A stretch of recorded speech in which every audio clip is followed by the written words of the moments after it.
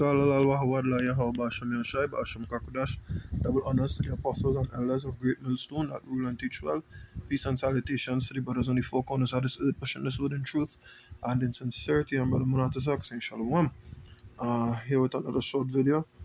Now, I was watching a video earlier on by Elder Taha. And it was the inspiration for this video. Alright, that and other video I was listening to this morning, actually, where I think it was Ella Yashawamba. Now, Ella Yashawamba's video was about 3 days ago, I believe, if I remember correctly. And Ella Apostle to her video was about 4 hours ago. 4 or 5 hours ago, somewhere along those lines. Right? And both of them were basically on the same thing.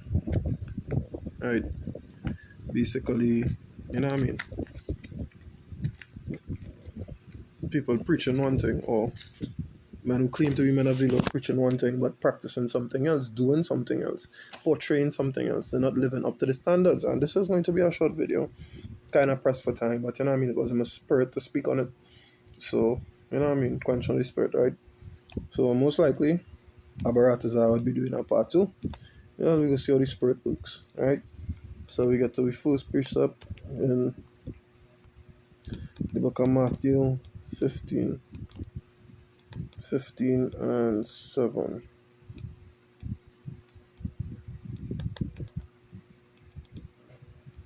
Right? It says, "Ye hypocrites, well did Isaiah prophesy of you, saying, This people draw it nigh unto me with their mouth, and honor it me with their lips, but their heart is far from me. But in vain they do worship me, teaching for doctrines the commandments of men." Yeah. So what the teaching is all? The doctrine of men. One man said to do, not what the Lord said to do. You know? That is what the teaching, the worshiping the Most High in vain. With vain means what? Useless. Futile. Alright? So now that we go to the blue letter, we already have it open up. Alright, Matthew 15 and verse 7, we look up the word hypocrites. Oh, slack, yeah. Matthew 15, 7. Boom, boom, boom. Boom, boom, boom. Boom, boom, boom.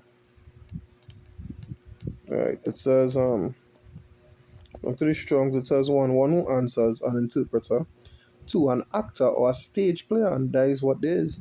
Stage players, they acting because they're not sincere. Right? If they were sincere, they would have done it. Alright?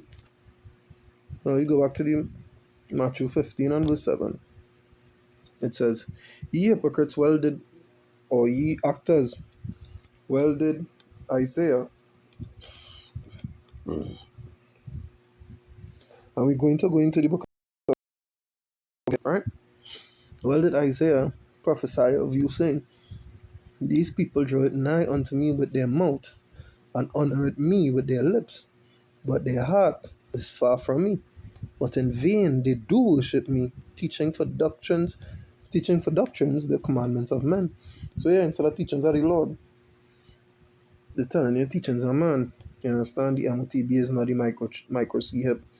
You know, this kingdom going to go on forever. When Yahushua returns, Esau going to make a comeback. All this heresy is just the name of few. Just the name of few, right? Now we're going to get the prophecy in Isaiah. There's Isaiah 29 and 13. It's 29 and 13? Okay, still got it. Right, it says, "Wherefore the Lord said, For as much as this people draw near me with their mouth and with their lips do honor me, but have removed their heart far from me, and their feet, their slacker, and their fear toward me is taught by the precept of men." You understand? The fear towards them by the precepts of men. So it's not actual genuine fear of the Lord. You more fear a man, you more fear what this brother might say, or what this one go say. You're studying what the Lord say to do. You understand why? Because he not wrong. Let me get that precept. It's much more in my absence. Right? Because that is where it's supposed to count. Not just doing what you're supposed to do when brothers are wrong, but doing what you're supposed to do when brothers not are wrong, making sure you're held accountable. You held yourself accountable. Right? Philippians 2 and 12.